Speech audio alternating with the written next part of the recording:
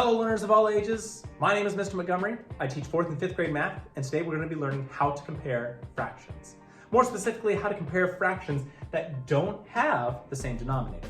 Now, when we did our, using our number line to compare fractions, kind of like an estimation, I kind of mentioned this at the beginning. A couple of you were confused, a couple of you were interested in it. It's going to make a little bit more sense. Now, remember our last lesson. When we compared fractions with the same denominator, it made things so much easier. But this time they have different denominators, so our job is to make sure that the denominators are the same. Now, in order for us to find if the denominators can be the same, we need to figure out the multiples of those denominator numbers. So again, the multiple of the denominator numbers is when we count by that number. And we're looking for something called the least common multiple, or the smallest one that they have in common. So I'm going to be counting by 4 first. 4, 8, 12. Whoa, hang on. 12 times 1 is 12. Well, that was super simple. So I can change both of these to be the denominator of 12. Well, did this change going from 12 to 12? It didn't change at all, which means the numerator also stays the same. It's not going to change. Now for here, I went from 4 to 12. Well, how did I get there? 4 times what?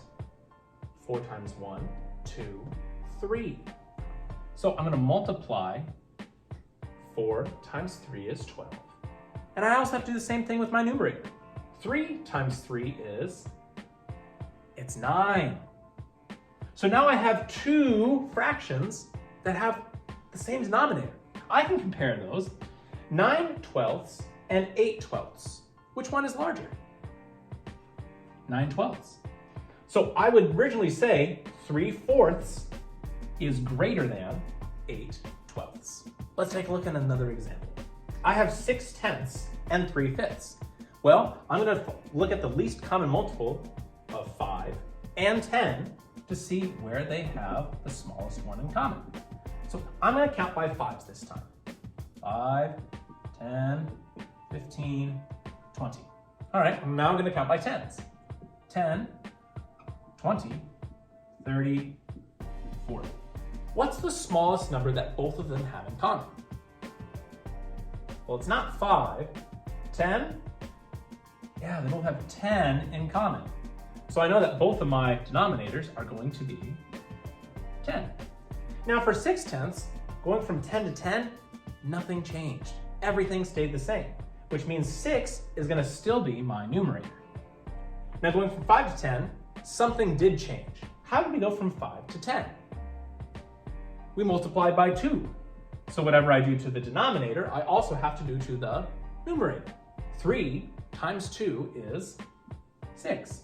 Now I can compare since both numbers have common denominators.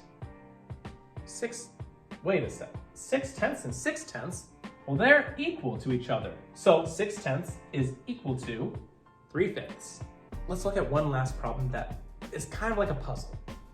I have 6/8 is greater than something over 4.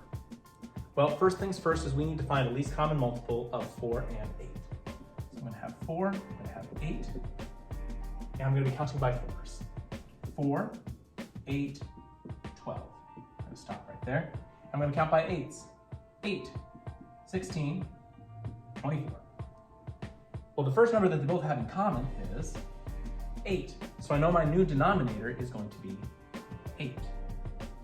Well, nothing changed from my denominator here to here, so that means my numerator stays the same. But going from 4 to 8, well, 4 times 2 is 8. So I'm going to multiply by 2 in the denominator and in the numerator. Well, we don't know what my numerator is. We could try something. We have to make sure that this number always stays bigger for this problem.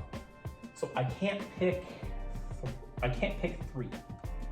Because if I pick 3, it would be 3 times 2, which would be 6, which wouldn't make this sentence correct. So it has to be smaller than 3. I could try 2. 2 times 2 is 4. Is 6/8 bigger than 4/8? Yeah, So 2 would be my question mark answer. All right, my 4th grade friends, if we take a look at page 151 in our workbook, you will see that we have 2 practice problems today. We're doing practice problem number 1 and practice problem number 3. Practice problem number 1 says compare the fractions using greater than, equal to, or less than. And practice problem number 3, the directions say complete the equivalent fraction. So number 3 is very similar to the problem that we just completed, where we have to find the least common multiple or a common denominator for our problem first, and then we'll have to solve for that numerator. If you have any questions about comparing fractions, please feel free to let me know tomorrow when you come to class.